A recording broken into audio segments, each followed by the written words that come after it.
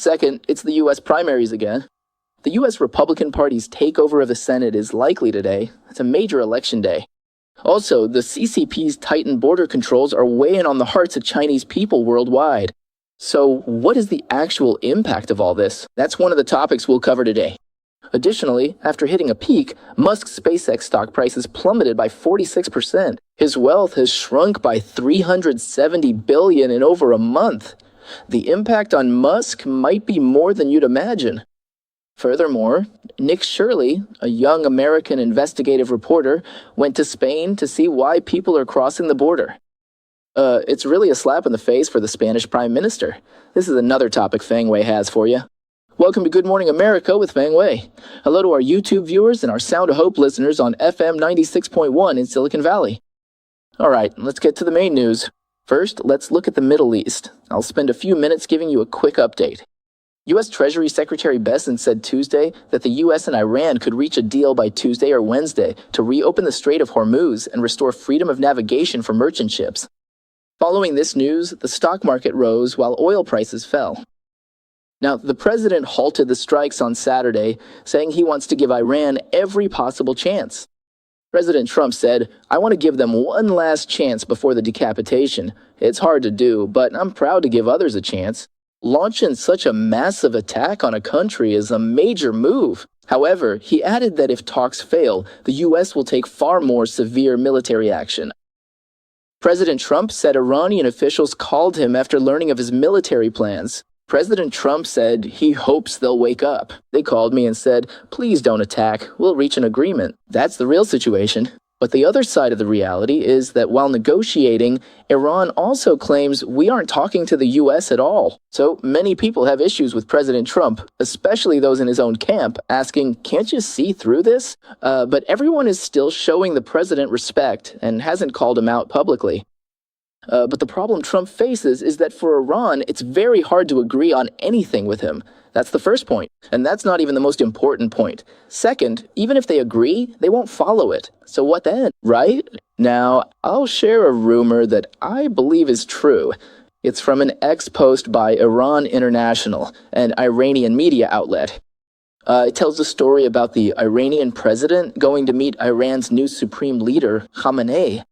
We all know that in the 5 months since becoming Iran's supreme leader, Khamenei hasn't released any video or even any audio. So U.S. intelligence agencies generally believe there's a 90% chance he's dead, that he's basically gone. However, Israeli intelligence claims that he's still alive. The question is, how many people in Iran actually know if he's alive? We know that on May 7th, the Iranian president, Pezeshkian, publicly stated that he had only met with Khamenei once. It lasted for 2.5 hours, but he didn't clarify when that meeting took place or where it happened. It was quite vague. Then, Iran International, the media outlet, did a so-called disclosure explaining how he actually met him. It says that, first of all, Pezeshkian was repeatedly threatening, saying, "If I don't see him again, I'm going to resign." Under those circumstances, he was finally granted permission to see this new supreme leader. He was taken to a secret location near Tehran, the capital of Iran. He didn't know where it was. He might have even been blindfolded. It's all possible. Then he got into the back seat of a car with tinted windows, and then, in the darkness, he was allowed to talk for a few minutes with someone he couldn't see. Of course, he later claimed the talk lasted 2.5 hours, but actually, Iran International said it was only a few minutes. Then the guard said he couldn't shake hands with that person, and then he was asked to leave. As he was leaving, Pezeshkian cautiously asked if the voice that just spoke to him was indeed our supreme leader. And that was just one meeting. A second meeting was already refused, so we only saw him that once for just a few minutes. And an insider from Khamenei's family stated, "Our leader has already warned Pezeshkian, saying, 'You've made 28 resignation threats. Next time, your resignation will be accepted, and we'll ignore you. Just get lost.'" That's the gist of it. So Iran International says this is a president who can't resign, serving a supreme leader he can't see, and can't even be sure is actually him. What does this show? Let me comment on this. I think it shows that whether it's Pezeshkian or the Iranian foreign minister, whatever they say doesn't count. Those in the front are useless. The ones who really call the shots are behind the scenes. They can arrange for the president to meet him, keep the president from seeing his face, prevent a handshake, and then tell him to get lost after talking. So the power in Iran is definitely behind the scenes. That's the first point. Second, those negotiating in the front for Iran cannot show weakness publicly. They can compromise privately, but they must be tough on the surface. So what Trump sees is, well, Trump calls them crazy. They just finished talking for a long time, then go out and say they didn't talk at all. That's how they speak. This is the current situation in Iran. Of course, anyone who understands evil regimes knows this isn't surprising. Lying is a natural strategy for them, and they have no psychological burden about it. But for people in a normal society with normal morals, it's hard to do that. For them, it's just business as usual.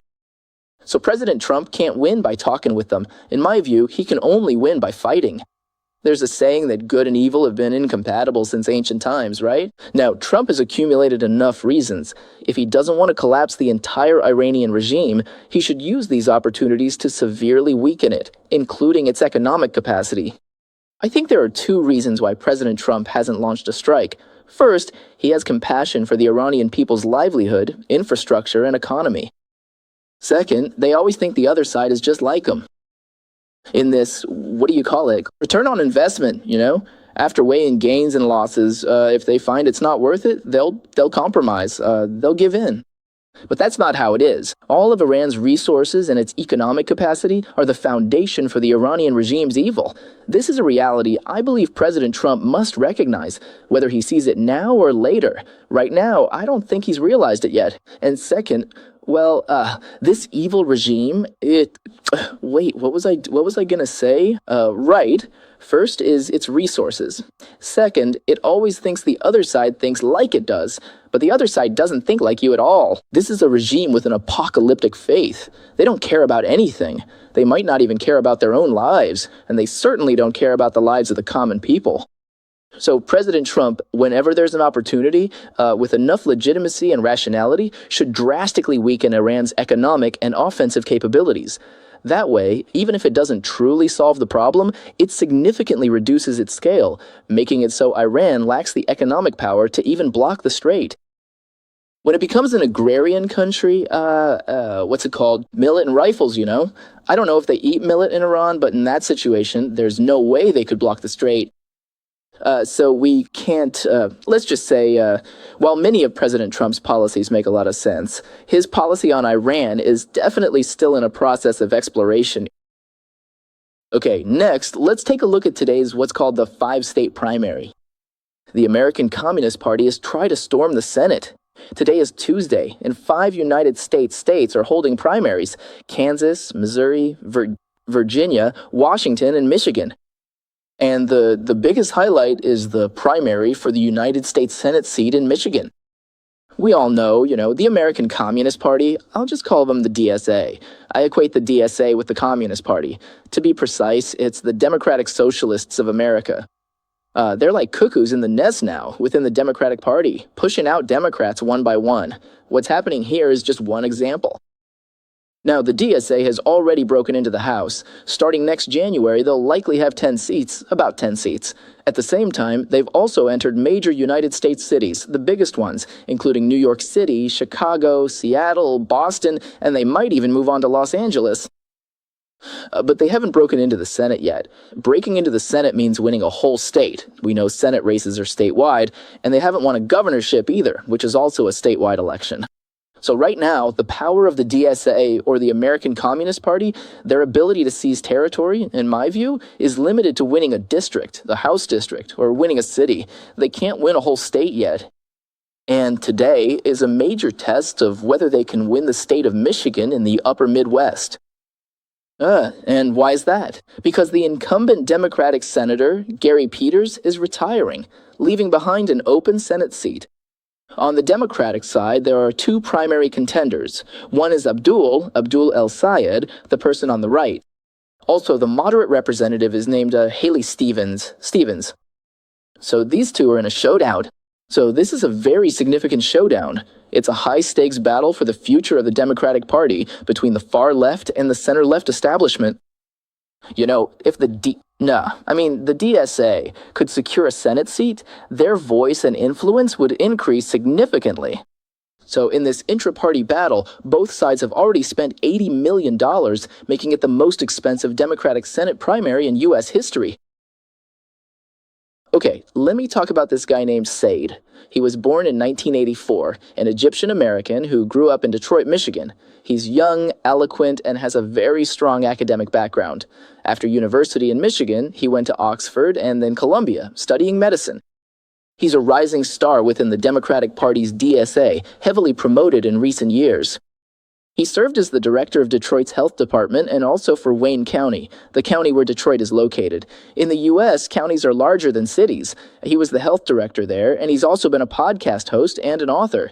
He's very well-spoken and quite handsome. So, within the DSA and American far-left circles, he's very well-known. In 2018, he ran for governor of Michigan, but lost in the Democratic primary to the current governor, Gretchen Whitmer. He ran under the progressive banner, though I'd call it the permissive banner, and was endorsed by Bernie Sanders. He advocates for things like Medicare for all, abolishing ICE, and labeling Israel's actions in Gaza as genocide against Palestinians, and so on. And his campaign rhetoric is quite tough. He openly criticizes most Democrats for being too weak and not daring to stand up to Trump. So he's very well spoken, and as you can see, he's also quite handsome. So this is a characteristic of many candidates the Democrats put forward. They're groomed from a young age, trained for years, and they're all articulate and handsome. Being handsome makes it easier to, influence voters. These people perform on the front stage while the entire party supports them from behind. Our viewers sometimes ask, why doesn't the U.S. hold referendums? Why doesn't the U.S. doesn't have referendums? Why don't they have them? Many countries have referendums, but the U.S. does not. The U.S. not having referendums was a deliberate decision. Why? Because the founding fathers who established this country believed that the public, generally speaking, wouldn't seriously consider public policy. How could they, right? People have to work, manage their homes, take care of kids, and deal with the daily grind, right? They can't possibly think seriously about public policy. If you leave public policy to the people and ask them to vote and decide, they might just act on impulse, voting for whoever looks good or makes a good impression. This is what the founding fathers called the tyranny of the majority. How do you say it? Tyranny. So, how do we solve this problem? Their solution is for you to elect full-time politicians to govern and decide on policies. So, this is the foundation upon which a republic is built. We're all talking about a republic, but what exactly is a republic? It seems to have become a very common concept, yet no one really knows what it is. A republic has a clear definition. It's a country governed by representatives of the people, where everyone has a set term. That's what a republic means. So during your term, if you don't do a good job, and the people chose wrong, they can replace you when the time comes. Then what is a constitutional republic? It's about writing a constitution to define the boundaries of this republic, specifying where power can be exercised and what can't be touched. So, a national system based on a constitution, governed by representatives with set terms, is called a constitutional republic. So, this reflects the wariness of the American founding fathers toward democracy. Some say democracy is a panacea, but it's not. Democracy is just, relatively speaking, the best system we have right now. But the American founders were wary of democracy, including not having referendums. And because you elect elect these representatives, and a representative could be handsome and well-spoken, right? Fooling everyone into electing them. But they can be replaced. Okay, if you're not up to it, they won't elect you next time. And then there's the separation of powers, checks and balances, and so on. There are also individual rights stipulated by the Constitution, including the first 10 amendments. This means some rights in America cannot be touched, even if 99% or 100% of people agree. Individual rights are sacred and inviolable. This includes things like freedom of speech, freedom of assembly, freedom of religion, and so on, freedom of the press, plus the right to bear arms, and things like the military not being quartered in private homes, and no cruel and unusual legal punishments, and so forth. The First through 10th Amendments to the Constitution. So that's the idea. So now, regarding the DSA's goals, their goals are actually unattainable, because we all know that under the U.S. constitutional republic system, they want to abolish the Senate, abolish the presidency, and so on. All these things are simply impossible. It's just a slogan to rally these brainless young people, bringing them together to increase their revolutionary strength. But in a constitutional sense, it's unattainable, because this country was designed to be very solid. But who can it hurt? It can hurt Democrats, and that's what's happening right now. As everyone knows, for the Democrats to hold the Senate in the midterms, this seat in Michigan, which is an existing Democratic seat, cannot be lost. If it's lost, you could say it's almost certainly gone. So now, this person, Sayed, has come out to challenge for this seat. If he wins it, he'll face the Republican opponent on November 3rd, an opponent named Mike Rogers. Right now, the odds for the Democrats versus Rogers, the odds for both parties, are 50-50. That's basically how it is. Rogers said, when asked who he wants to win, he said it doesn't matter. Either one is fine. But he said they're all very radical, way too radical for Michigan. He said, I'm talking about this Abdul, this Syed. He said he's a nutcase. Anyway, of course, if he wins, then the Democrats really have a chance to make a run for the Senate. So, in a 50-50 swing state, can he actually make it into the Senate? And Rogers is the final hurdle standing in his way. Alright, so that's the variable the DSA brings. First, it's the impact on the Democratic Party, which is really the impact on the general election. By general election, I mean the midterm elections. So it's actually looking pretty grim for the Democrats, not good for them, because although the Communist Party is rising in this country, has it risen enough to win a statewide election? I don't know what you think. Do you think he can win? If you're a Chinese friend or viewer from Michigan or the Detroit area, please leave a comment and tell us, do you think he can win Michigan? Jerry? Next, let's go back and talk about the new entry and exit regulations issued by the CCP. Now, these new rules take effect on September 15th, and many say there's only 45 days left to leave, but actually there's a flood of news online saying these new entry-exit management measures are already in place, with many areas announcing implementation starting August 1st. Okay, so yesterday and the day before, a tragic story emerged about a Japanese-Chinese businessman in Japan. He went to China, was detained, and forced to renounce his Japanese citizenship, supposedly voluntarily switching back to Chinese nationality.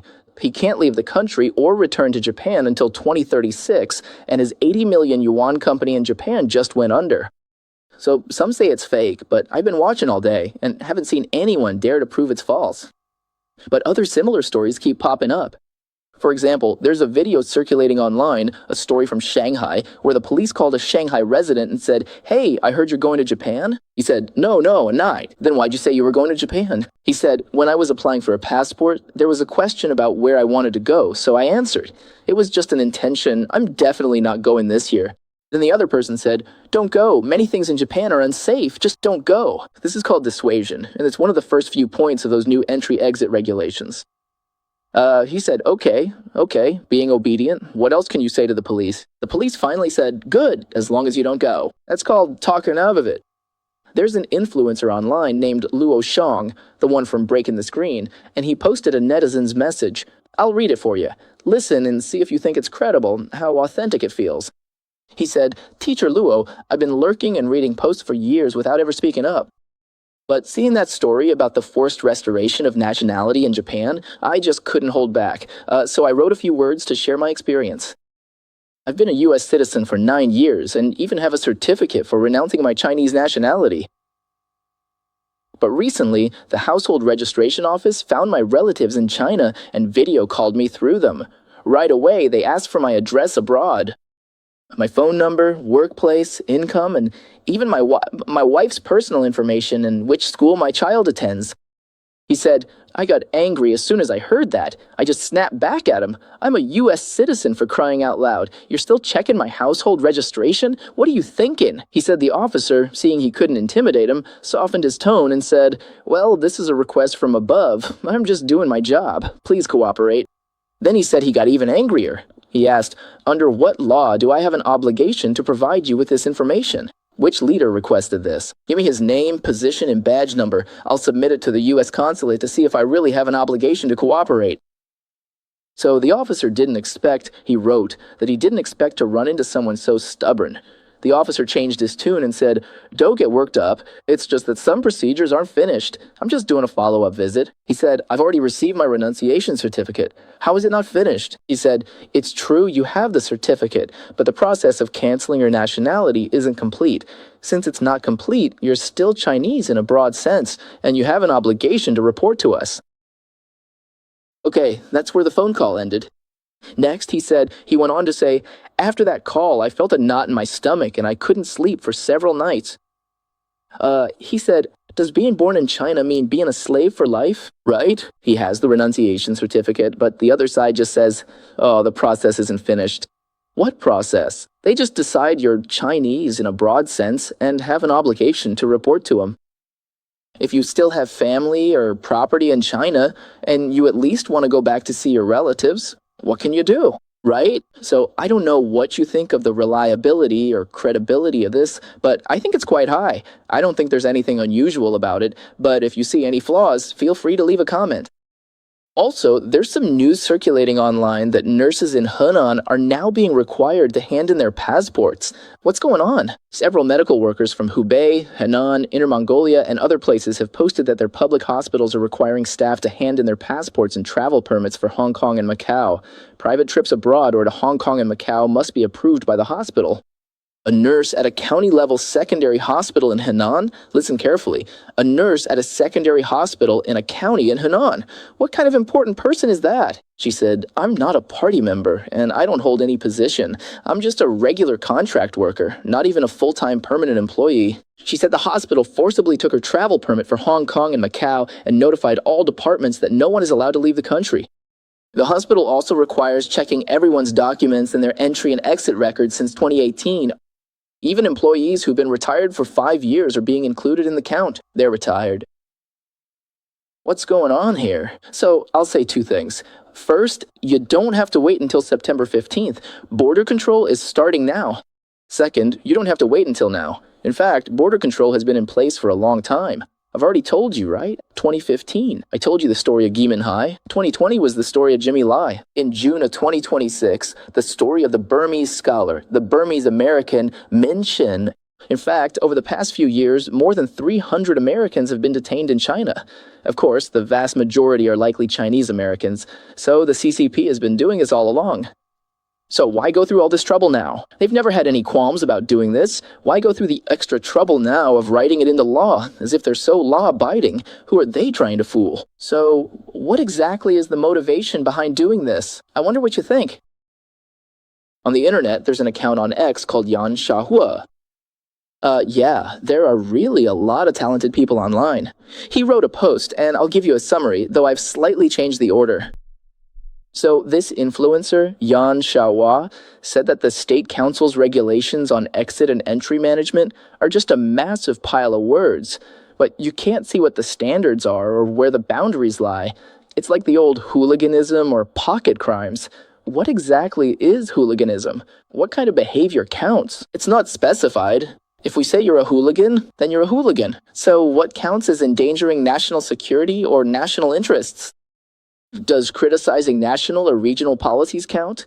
Does exposing the truth about social events count? Does posting a sarcastic comment or a complaint on WeChat Moments count?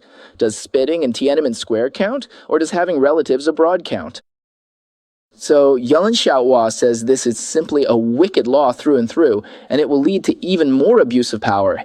Many government agencies can use the banner of endangering national security and interests to crack down on those who expose them, those they dislike, or even just those they're jealous of, right? I think that's absolutely the case. Here's my take on it. Y'all know Lao Gao and Xiao Mo, right? They're top-tier influencers, a very popular Chinese influencer couple abroad. The general speculation now is that they were dealt with when they returned to China. Otherwise, Xiao Mo would have appeared by now. Why hasn't she? Besides, they would have clarified things long ago. As you know, the hallmark of self-media creators is showing their true selves to the public.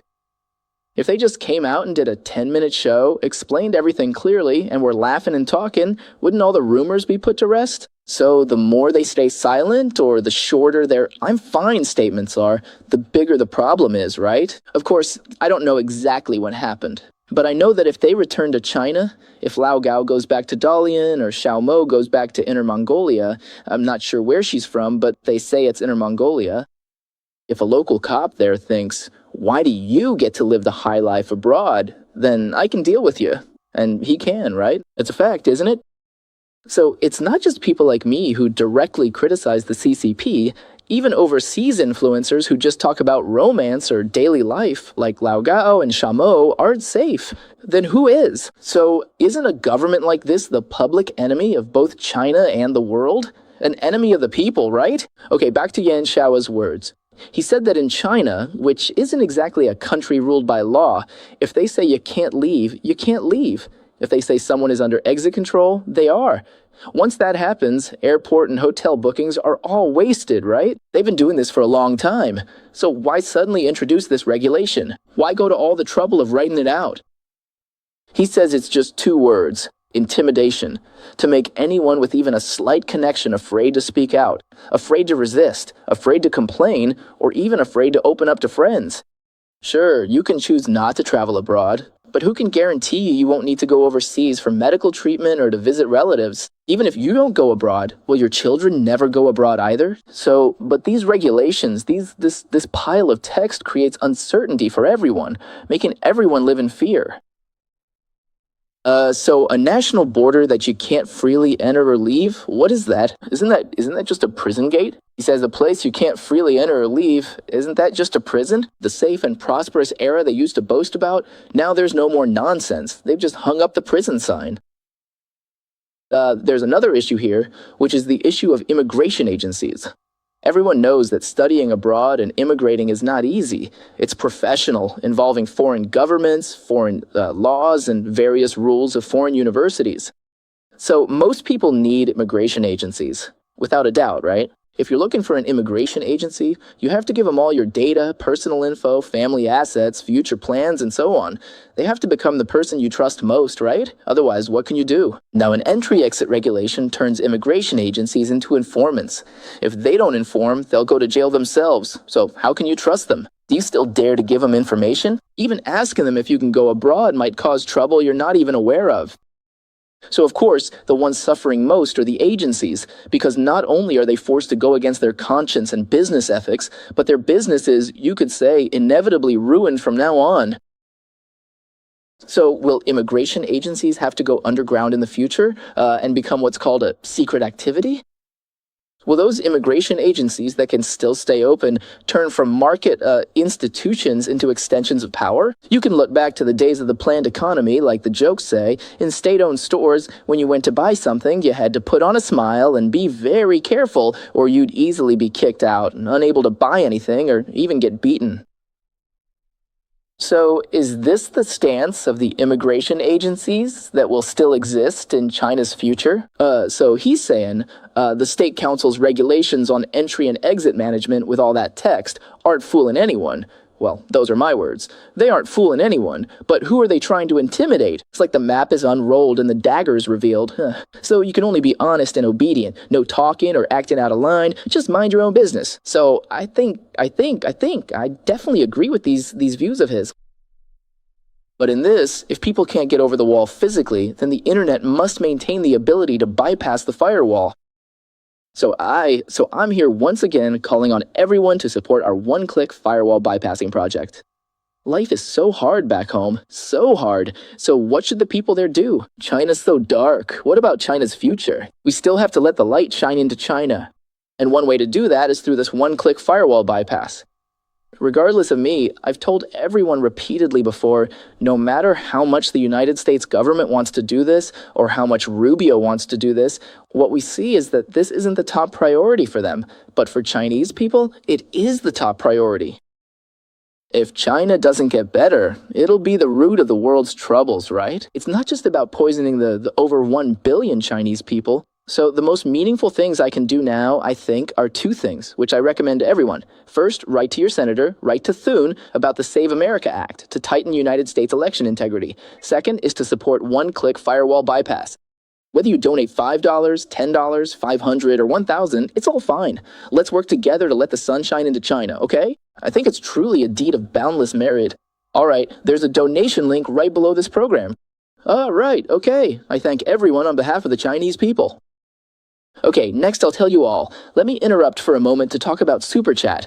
We've stopped Super Chat twice. It seems like everyone doesn't quite know how to use it. So I'll just say it again. What is this Super Chat of ours? During the live stream, like right now, under the live chat box, there's a $sign. Do you see it? A $sign with a box around it. If you click it, hey, you can select what's called Super Chat. If you're using the Chinese interface, it says Super Chat. That is to say, it's basically just a tip. Why use this Super Chat? Because many people have things to say. But with so many people, what do? If you send it out, no one sees it, right? Or only people near you can see it. Super Chat lets you pay a little bit so everyone on the live stream can see your words, because your message will be pinned at the top. And I can see it too. I'll read it out for everyone. It's a bit like a radio call-in. What radio calls a phone-in show? This phone-in show. Your voice will become, hey, a part of this program. So of course another function is to support Feng Wei, because tipping is supporting Feng Wei's show. And you can also let Feng Wei see you and remember you. That's the goal. Okay, let's see if any Super Chats have come in. Let's take a moment. While I'm checking on this, if new viewers haven't subscribed yet, please subscribe, because if you don't subscribe, you won't be able to leave comments, nor will you be able to do Super Chats. Okay, we've set a goal of 5 now. It seems like many channels set it and dozens come in, but here everyone isn't quite in the habit. I still want to encourage everyone, because if it's posted, Feng Wei will see it immediately and all the viewers can see your comment, okay? We hope that today 5 viewers can give us a Super Chat, okay?